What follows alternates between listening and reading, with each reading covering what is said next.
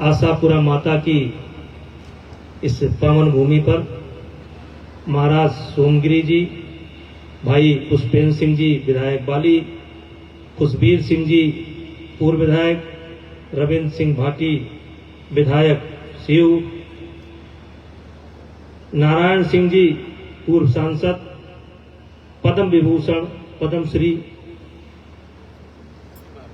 सिद्धार्थ सिंह जी रोहित, मोहन सिंह जी राव चित्रलवाना, प्रताप सिंह जी कालवी, चक्रवर्ती सिंह जी, महिपाल सिंह जी मकराना, नटवर सिंह जी कल्याणपुर, गोपाल सिंह जी कदिया, राम सिंह जी रोहिणा, छोटू सिंह जी इंद्रोका, जोग सिंह जी, भूपेंद्र सिंह जी, प्रताप सिंह जी, आदरणीय गुरुदेव महाराज जी। आज मैं अपनी बात प्रारंभ करूं उसके पहले मैं आप लोगों को, आयोजक लोगों को और विशेष करके आपको मैं धन्यवाद देता हूं कि आपने मुझे यहां बुलाया। और धन्यवाद इसलिए है कि आज के लगभग 35 साल पूर्व मेरे ऊपर कुछ, क्या नाम दें उनको, क्योंकि मैं किसी जात का नाम नहीं लेना चाहता, मेरे ऊपर गोली चली थी। अचानक स्टैंड गन से भ्रष्ट फायर मारा गया था और 5 गोलियां मुझे लगी थी। 1, 2, 3, 4, 5। और तब तक एक नौजवान जो मेरे साथ था आकर के मेरे आगे खड़ा हो गया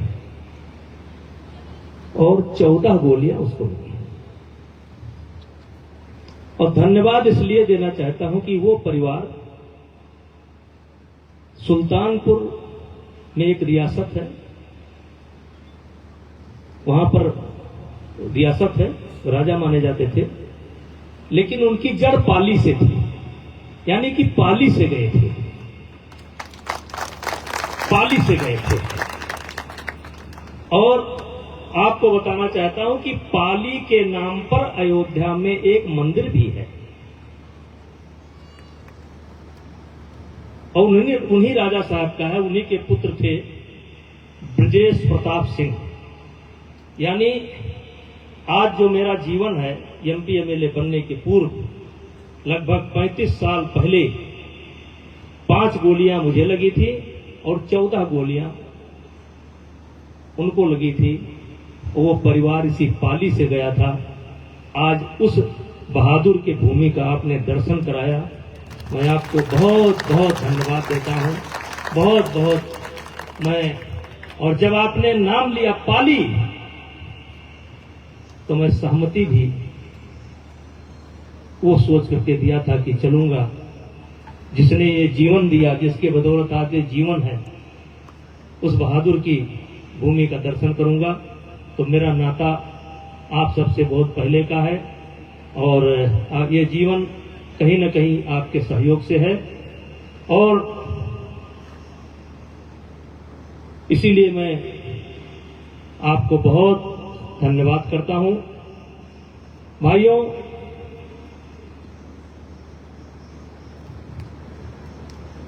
कोई चलता पग चिन्हों पर, क्योंकि भाषण बहुत हो चुके हैं और सब लोगों को पता है, इसलिए जो कहा गया है मैं दोहराऊंगा नहीं, जो मेरे मन में आएगा मैं कहूंगा।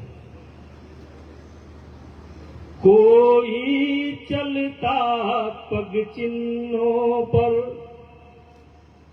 कोई पग चिन्ह। और ये हमने कब से बनाया? ये हमने महाराज पृथ्वीराज के समय में ही नहीं बनाया, इनके नाना अनंगपाल के समय में भी बनाया, अगर जाकर के देखना हो कि पृथ्वीराज कौन थे, तो दिल्ली की वो दीवारें, वो खंडहर इस बात के गवाह हैं कि पृथ्वीराज क्या थे। बहुत लंबा चौड़ा इतिहास है भाइयों। जो ये हमारा इतिहास है, ये पृथ्वीराज से ही नहीं शुरू होता है, या राणा प्रताप से ही नहीं शुरू होता है। मनु से शुरू करो, और मनु से महाभारत तक। अब ये कथा आपको भागवत पुराण में मिलेगी, जो कि पढ़ने का मौका नहीं है। ये हमारा सारा इतिहास, मैं ज्यादा समय नहीं लेना चाहता, सारा इतिहास हमारा मौजूद है। हमको किसी से किसी के प्रमाण की आवश्यकता नहीं है। हमारा इतिहास, हमारा जो है भागवत पुराण, हमारी गीता, कृष्ण के व्याख्यान, रामायण, गोस्वामी तुलसीदास, वाल्मीकि जी ने, ये सब हमारे ही इतिहास से भरे पड़े हैं। और जो क्षत्रियों का जिसने इतिहास लिख दिया,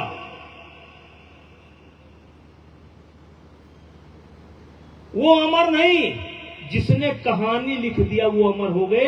ऐसा हमारा क्षत्रियों का इतिहास है। वाल्मीकि अमर हो गए। वाल्मीकि जी ने क्या किया? केवल हमारा इतिहास लिखा।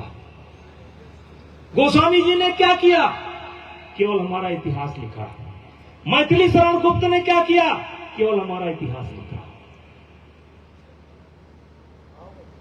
केवल हमारा इतिहास लिखा। और इसलिए मैं कहता हूं, हम कौन थे, क्या हो गए और क्या होंगे अभी, आओ मिलकर के विचारें। ये समस्याएं सभी, यद्यप हमें इतिहास अपना प्राप्त पूरा है नहीं, फिर भी हम कौन थे ये भी अधूरा है। हमारा इतिहास जानना चाहते हो तो हिंदुस्तान की किसी गली में चले जाओ, हमारे खंडहर देख लो, युद्ध के मैदान देख लो, गीता देख लो, भगवत पुराण देख लो, मनुस्मृति देख लो, ये सब भरा पड़ा हुआ है। इससे हमें बेचैन होने की जरूरत नहीं है।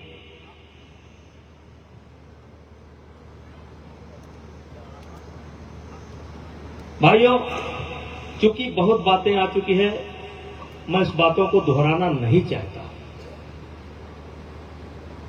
लेकिन इस बदली हुई परिस्थिति में मैं सारा भाषण समाप्त कर दिया। समझो, ये जो वर्तमान की परिस्थिति है, इसमें हमें क्या करना है?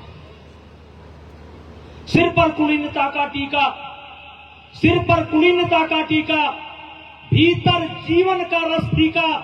कुछ ऐसे भी नर होते हैं, कुल को खाते और खोते हैं। यशस्वी पुरुष अपने ऊपर चलता नक्षत्र पुरखों का धर, अपना बल तेज जगाता है, सम्मान जगत में पाता है। हमें शर्मिंदा होने की जरूरत नहीं है। और हमारे पूर्वजों ने क्या किया, क्या नहीं किया, इसको सारी दुनिया जानती है। बप्पा रावल ने क्या किया, ईरान तक धो धो करके मारा। भीष्म पितामह ने क्या किया?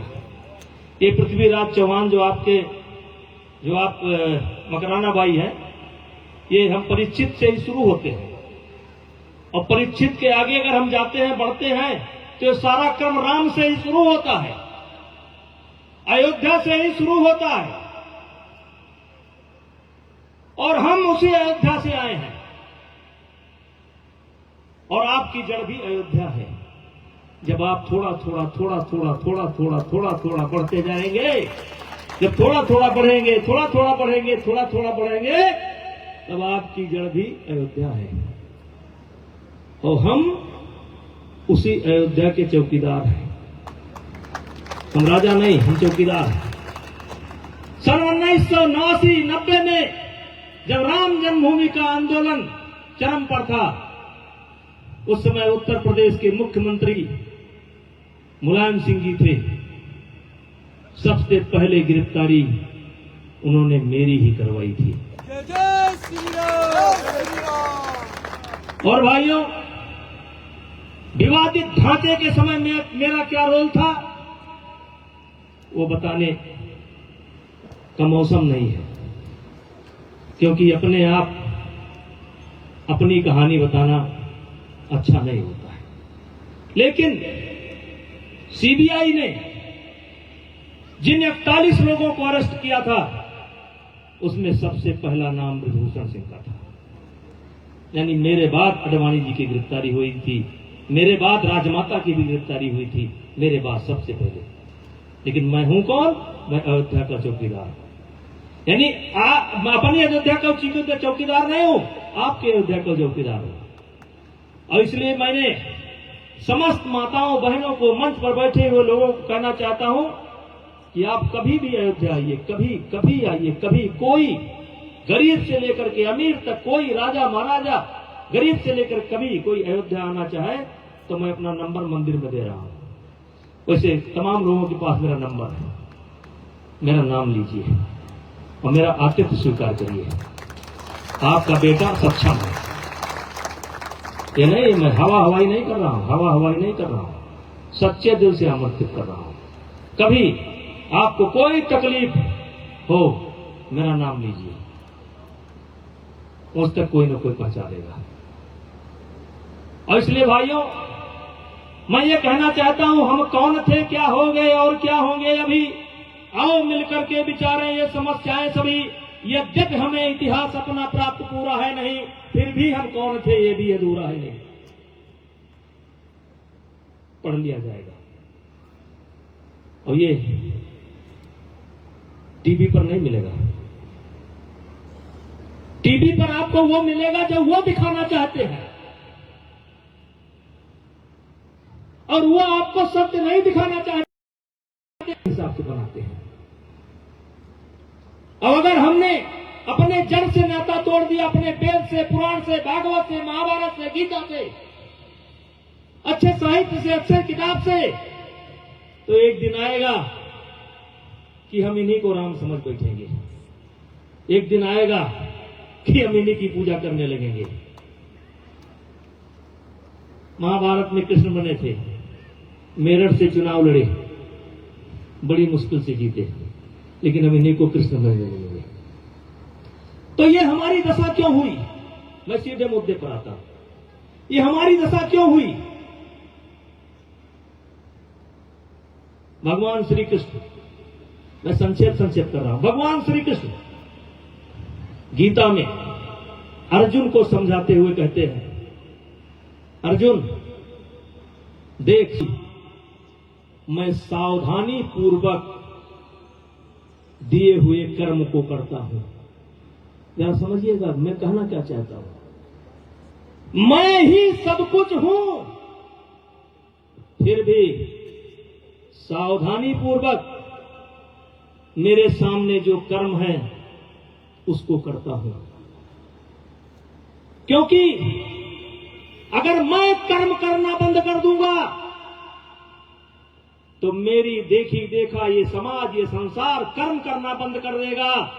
और जिस दिन संसार कर्म करना बंद कर देगा उस दिन ये समाज नपुंसक हो जाएगा। और इसीलिए गोस्वामी तुलसीदास जी ने कहा, कर्म प्रधान विश्व रच राखा, कर्म प्रधान विश्व रच राखा, जो जस करे सो तस फल चाखा, और सकल पदार्थ यह जग माही, और कर्महीन नर पावत नहीं। तो परिस्थितियां बदल गई,